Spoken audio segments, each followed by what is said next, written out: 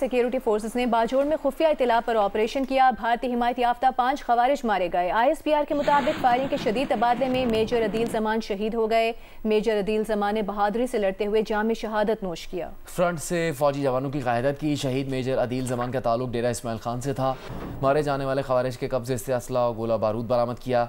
मारे गए दहशतगर्द security forces के खिलाफ कार्रवाई में मुलविस थे। वफाकी वज़ीर दाखिला मोहसिन नकवी का बाजोड़ में जाम शहादत नोश करने वाले मेजर अदील जमान को खराज अक़ीदत। उन्होंने कहा कि शहीद मेजर अदील जमान ने दिलेरी से 5 भारतीय हिमायत याफ्ता दहशतगर्दों को हलाक किया। मेजर अदील जमान ने जान देकर दहशतगर्दों के मज़मूम अज़ाइम को खाक में मिला दिया। कौम, शोहदा और उनके खानदानों का कर्ज कभी नहीं उतार सकती।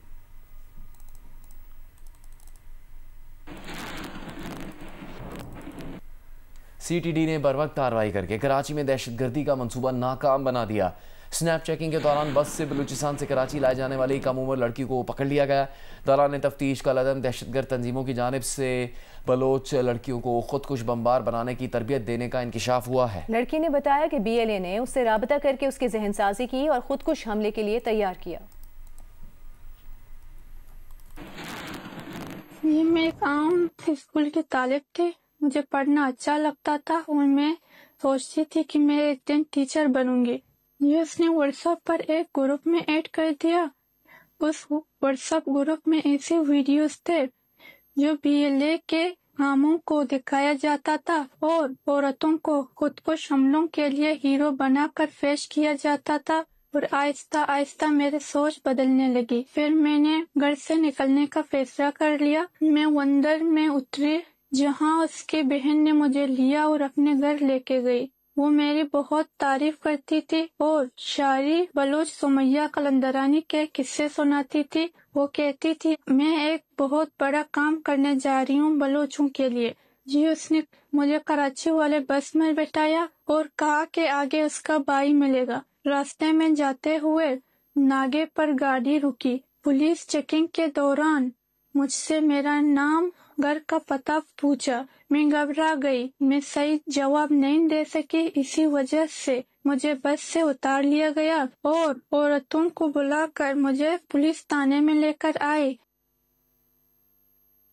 CTD ने बरवक्त कार्रवाई करके कराची में दहशतगर्दी का मंसूबा नाकाम बना दिया। स्नैप चेकिंग के दौरान बस से बलूचिस्तान से कराची लाई जाने वाली कम उम्र लड़की को पकड़ लिया गया है और दौरान तफ्तीश का लदम दहशतगर्द तंजीमों की जानिब से बलोच लड़की को खुदकुश बमबार बनाने की तरबियत देने का इंकशाफ हुआ है। बात करेंगे हम इस बारे में पीपल्स पार्टी की रहनुमा शर्मिला फारूकी साहिबा से। शर्मिला साहिबा, ये बताइएगा, अपनी एक नौयत का चैलेंज दरपेश है रियासत को, इससे निमटने के लिए क्या किया जाए? कम उम्र बच्चियों की बाकायदा जहन साजी की जा रही है, उन्हें तैयार किया जा रहा है खुदकुश हमलों के लिए। रियासत फौरी तौर पर क्या कर सकती है?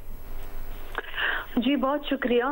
देखिए जी, ये बहुत ही चैलेंजिंग और बहुत ही संजीदा किस्म का एक मामला है और जिस तरीके से ये केस सामने आया है जिसमें इस बात का भी इंकशाफ हुआ है कि सोशल मीडिया प्लेटफॉर्म्स इस्तेमाल किए जा रहे हैं मासूम बच्चे और बच्चियों को वरगला के दहशतगर्दी की मद में इस्तेमाल करने के लिए, ये रियासत के लिए डेफिनेटली एक बहुत बड़ा चैलेंज है। लेकिन खुशी इस बात की है और हमें दाद देनी चाहिए अपनी लॉ एनफोर्समेंट एजेंसीज को कि उन्होंने बर वक्त कार्रवाई करके बड़ी तबाही से भी बचाया और एक मासूम बच्ची की जान भी बचाई है। देखिए, गो कि ये एक चैलेंज है और जिस तरह हम अपने एटमी असासों को संभालते हैं, प्रोटेक्ट करते हैं, हमारे बच्चे और बच्चियां इस कौम का असासा हैं। इनको प्रोटेक्ट करने के लिए, इनको महफूज रखने के लिए बिलखुसूस सोशल मीडिया प्लेटफॉर्म से जहां पर ऐसे अकाउंट्स इस्तेमाल किए जा रहे हैं जो ना कि इनके जहन को मफलूज कर रहे हैं बल्कि दहशतगर्दी की तरफ राग़िब कर रहे हैं और ये बहुत सीरियस इशू है। यहाँ पर तो मैं समझती हूँ कि रेगुलेशंस होनी चाहिए, इन सोशल मीडिया प्लेटफॉर्म्स को मॉनिटर करना चाहिए क्योंकि ये तो हमारे घर में घुस गए हैं। हर घर में ये इशू पैदा हो सकता है अगर कम उम्र बच्चे और बच्चियां सोशल मीडिया के उन प्लेटफॉर्म से इंटरैक्ट करना शुरू हो गए जो उन्हें गलत रास्ते पे ले जाए, दहशतगर्दी की मद में ले जाए, उनका जहन मफलूज कर दे।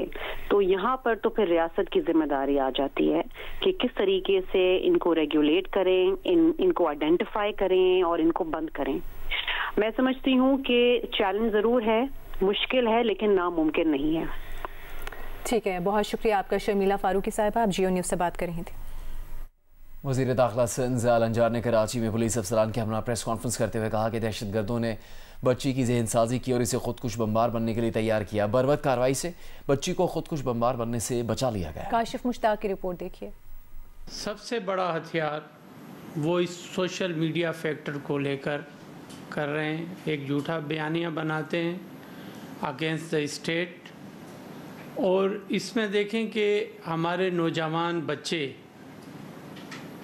और बच्चियां यूज़ हो रही हैं सोशल मीडिया पे और उनको ट्रेंड किया जा रहा है।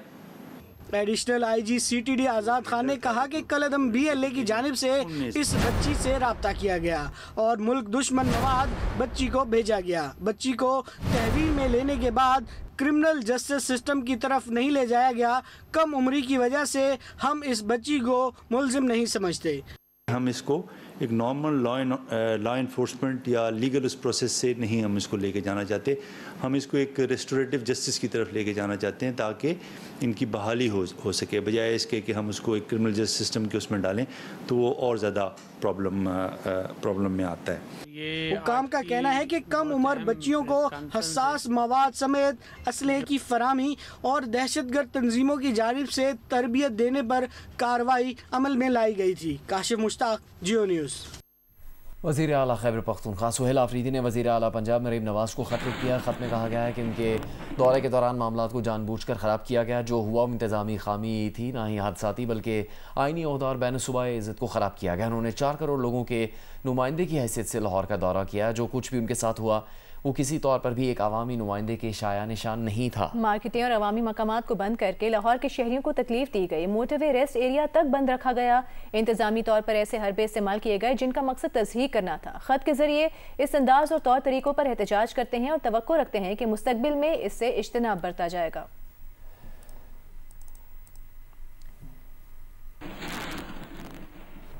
स्पीकर पंजाब असम्बली ने वज़ीर आला खैबर पख्तूनख्वा की असम्बली आमद पर हुल्लड़बाजी और लड़ाई झगड़े पर कमेटी की रिपोर्ट पेश कर दी। रिपोर्ट कानून नाफिज करने वाले इदारों को भेजने का ऐलान किया। कहा सुहेल आफरीदी ऐवान में ऐसे लोगों को लेकर आए जिनके नाम ही फहरिस्त में नहीं थे। इन लोगों ने दंगा फसाद और हाथापाई की जिसे बर्दाश्त नहीं करेंगे।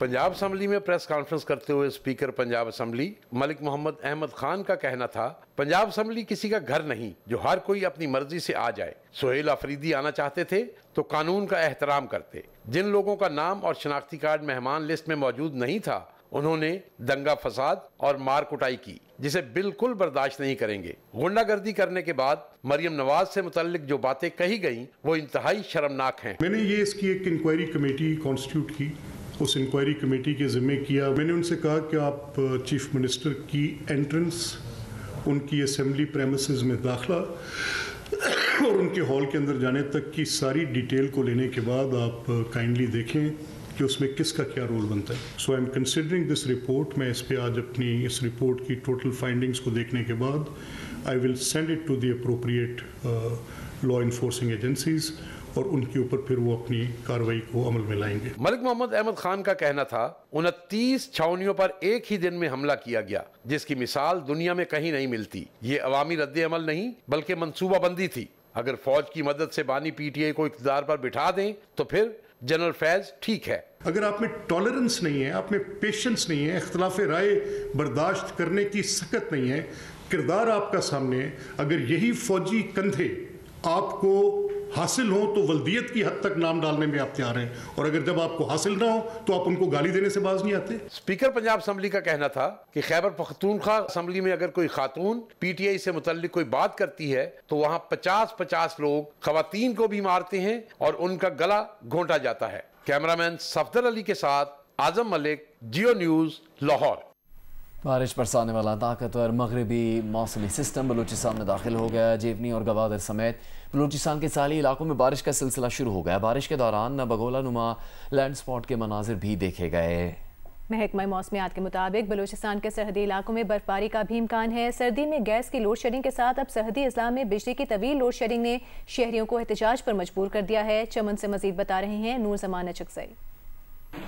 चमन समेत बलुचिस्तान के मुख्तलिफ इलाकों में बारिश बरसाने वाला मगरबी सिस्टम एक और इस वक्त बलुचिस्तान में दाखिल होने को है, जबकि महकमा मौसमियात का कहना है कि इस वक्त अफगानिस्तान और ईरान में एक ताकतवर मगरबी सिस्टम बन चुका है जो बलुचिस्तान के सरहदी इलाकों की जानब बढ़ रहा है। इस मगरबी सिस्टम के तहत बारिश और बर्फबारी का इम्कान जाहिर किया गया है। दूसरी जानब मौसम सरमा के आगाज़ पर बलुचिस्तान के शुमाली अजला में खासकर चमन में बिजली की तवील लोड शेडिंग के बायस मामलात ज़िंदगी बुरी तरह से मुतासर हुए हैं। आज पश्तूनख्वा मिली अवामी पार्टी के ज़रिए तमाम चमन में बिजली की तवील और गैर एलानी लोड शेडिंग के खिलाफ एहतजाज करते हुए पश्तूनख्वा में के जो कारकुन है वो किसको ऑफिस के सामने दिए बैठे हैं। आपको बताएंगे रावलपिंडी में दफा 144 में 31 दिसंबर तक तौसीक कर दी गई है। नोटिफिकेशन के मुताबिक रावलपिंडी में जलसे रैलियों पर मुकम्मल तौर पर पाबंदी आयद होगी।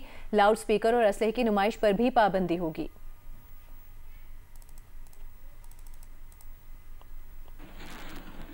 वज़ीर आला सिंध मुराद अली शाह की हिदायत पर जैकबाबाद के मुस्तहिक ख़ानदान को रोज़गार और माली सहारा फराम कर दिया गया। बिनाई से महरूम कुली अकबर अली जमाली के बेटे रज़ा मोहम्मद जमाली को public health engineering sub division Jacobabad में चौकीदार तैनात कर दिया गया है। वज़ीर आला सिंध की हिदायत पर रज़ा मोहम्मद के वालिद अकबर अली जमाली को फौरी रिलीफ के तौर पर 1 लाख रुपए की माली मावनत फराहम की गई है। खानदान के समाजी बहबूद के लिए एक बेटी को बेनज़ीर इनकम सपोर्ट प्रोग्राम में शामिल करवाने के लिए मुतालिका इदारे को गुजारिश करने का फैसला भी किया गया है। अकबर अली जमाली 10 साल कबल बिनाई से महरूम हो गए थे।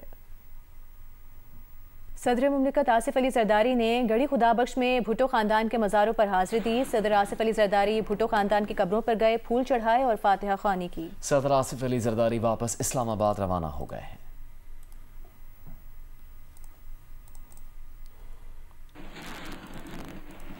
रावलपिंडी में सुपर इन्फ्लुएंजा से मुतासरा मरीज सामने आने लगे। महकमा सेहत के मुताबिक रवामा 22 मुश्तबा मरीजों की स्क्रीनिंग की गई, जिनमें 4 मरीजों में सुपर इन्फ्लुएंजा की तस्दीक हुई है। सुपर इन्फ्लुएंजा से मुतासरा 3 मरीज रावलपिंडी, 1 मरीज से रिपोर्ट हुआ। सुपर इन्फ्लुएंजा से तमाम मुतासरा मरीज इलाज के बाद सेहतियाब हो चुके हैं। जिला रावलपिंडी में सुपर इन्फ्लुएंजा का फैलाव फिल वक्त महदूद है। सुपर इन्फ्लुएंजा से बचने के लिए शहरी एहतियाती तदाबीर इख्तियार करें, ऐसी हिदायत जारी की गई हैं।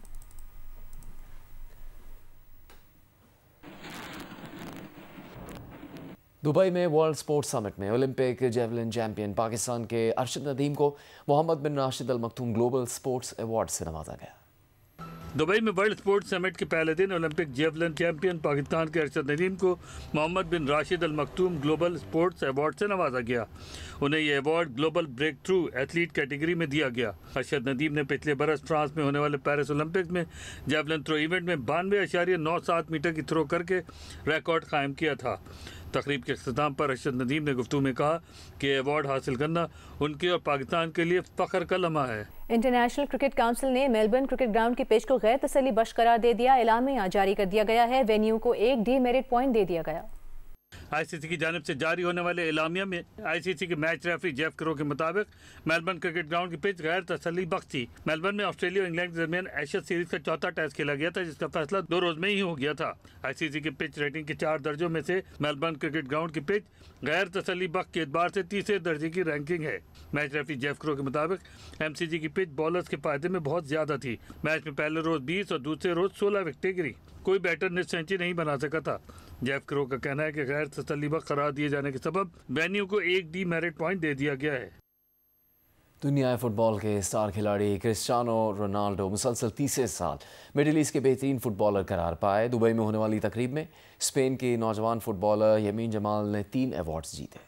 दुबई में ग्लोब सॉकर अवार्ड की तकरीब हुई, जिसमें दुनिया फुटबॉल के स्टार खिलाड़ी क्रिस्टियानो रोनाल्डो मुसलसल 3रे बरस मिडिल ईस्ट के बेहतरीन फुटबॉलर करार पाए। रोनाल्डो सऊदी अरब के क्लब अल नसर से खेलते हैं। तकरीब में स्पेन और बार्सिलोना फुटबॉल क्लब से ताल्लुक़ रखने वाले नौजवान फुटबॉलर यमीन जमाल 3 अवार्ड ले उड़े।